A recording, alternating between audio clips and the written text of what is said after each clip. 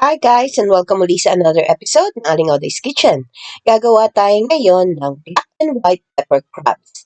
And here are the following ingredients.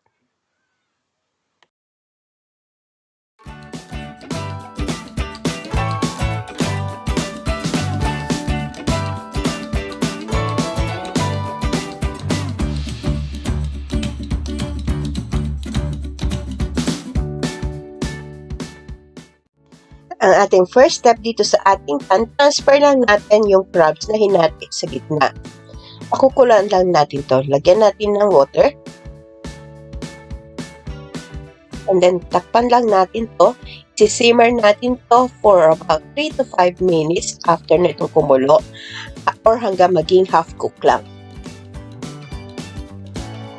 Ayan, pumula na yung ating crabs, half cook na. Pwede na natin itong i-transfer sa isang bowl and we'll set this aside. Then yung ating pinaglagaan na tubig, kuha lang tayo ng about half a cup ang sabaw natin mamaya.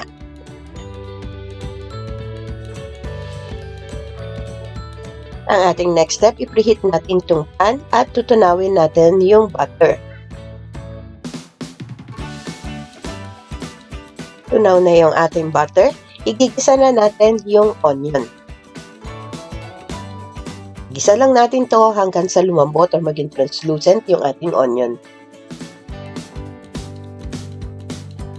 Hanggang ganitong malambot na yung ating onion, pwede na natin ilagay yung ating garlic at yung ating ginger strips. Continue lang natin ang paggisa hanggang sa lumabas yung aroma ng ating garlic at ginger. Ayan, ready na yung ating onion, garlic, and ginger. Isasama na natin yung tinabi nating half a cup ng crab broth. And i-add na rin natin yung 1/4 cup ng all-purpose cream. Yung 1/4 cup ng milk.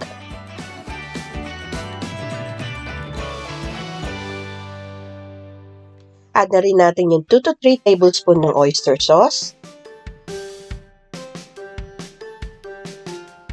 Yung ating brown sugar. Yung ating celery. At yung ating spring onion. Tama na rin natin yung black pepper. And salt to taste. Adjust nyo na lang according to your taste. Mix it well. And then, isi-simmer lang natin to hanggang sa kumulo. Kung meron kayong siling haba, i-chop nyo yun, pwede nyo na ilagay ngayon. Dahil wala ako, ang ginamit ko ay yung pepper flakes. Pwede nyo nang tikman kung okay na yung lasa. So, tama na sa akin yung alat niya or yung lasa niya. Nang i-add ko na yung ating crabs.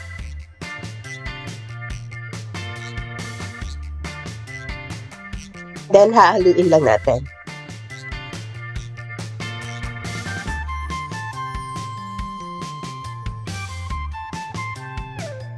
Takpan uli natin ito at isi-simmer natin to for another 5 minutes. And after 5 minutes, luto na yung ating crabs.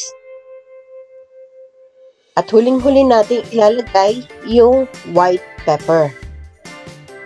Kasi yung white pepper, mas maganda kung sa huli siya ilalagay, mas malasa. Dahil haluin lang natin to and pwede na natin itong switch off at transfer na natin sa ating serving bowl.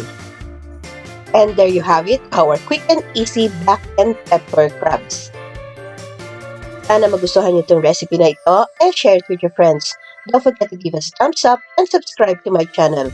Ako po si Aling Oday. Magkita-kita ulit tayo sa aking susunod na video. Salamat! Bye! Please follow me on my Facebook page, Twitter, and Instagram.